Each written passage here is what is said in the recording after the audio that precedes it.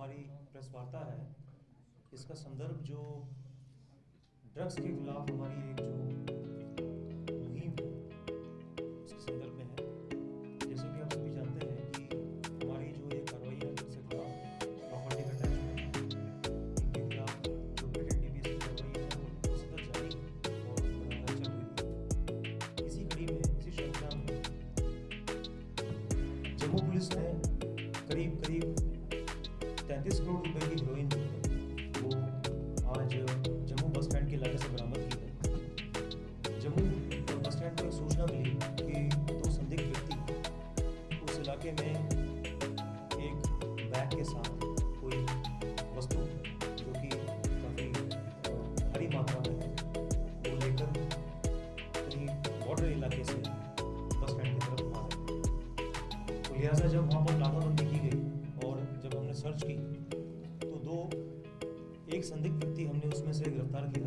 उससे जब तलाशी ली गई तो उस सामान की जब हमने शिनाख्त की, उस सामान की हमने नवीद पता की तो किस तरह की चीज़ है, तो हमें ये पता लगा कि बेसिकली वो एक बहुत ही उम्दा किस्म की हीरोइन है और करीब 35 किलो उसका वेट है। करीब उसकी जो एक मालियत के हिसाब अगर हम कहें तो 35 किलो तो बनती है, पर उसकी मालियत ज़्यादा भी हो सकती है इससे संदर्भ में। और इसमें अभी हमने एक व्यक्ति गिरफ्तार किया है और बाकी अभी इसकी इन्वेस्टिगेशन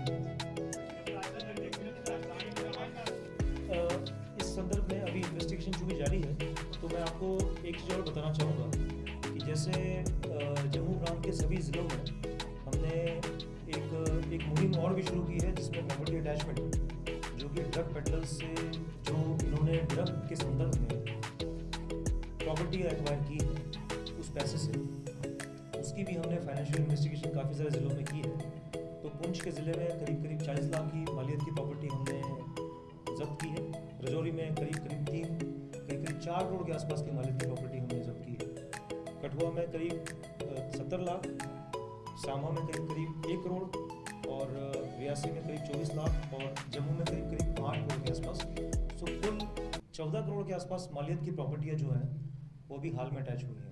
और अभी चूंकि ये जो केस है इसका इन्वेस्टिगेशन अभी स्टार्ट हुआ है तो लिहाजा इसमें भी फर्दर आगे और कार्रवाई की जाएगी।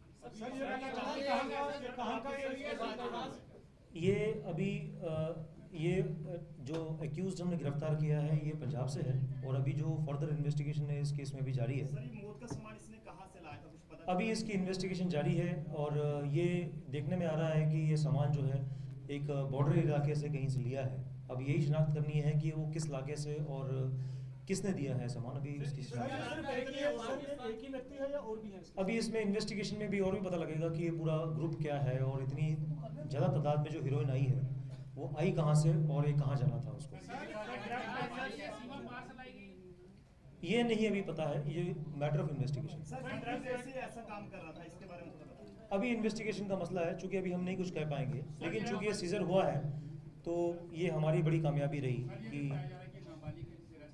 नहीं, अभी तो इन्वेस्टिगेशन का मामला है। बालिग नाबालिग तो इन्वेस्टिगेशन में ही पता लगेगा कि क्या उसकी उम्र है।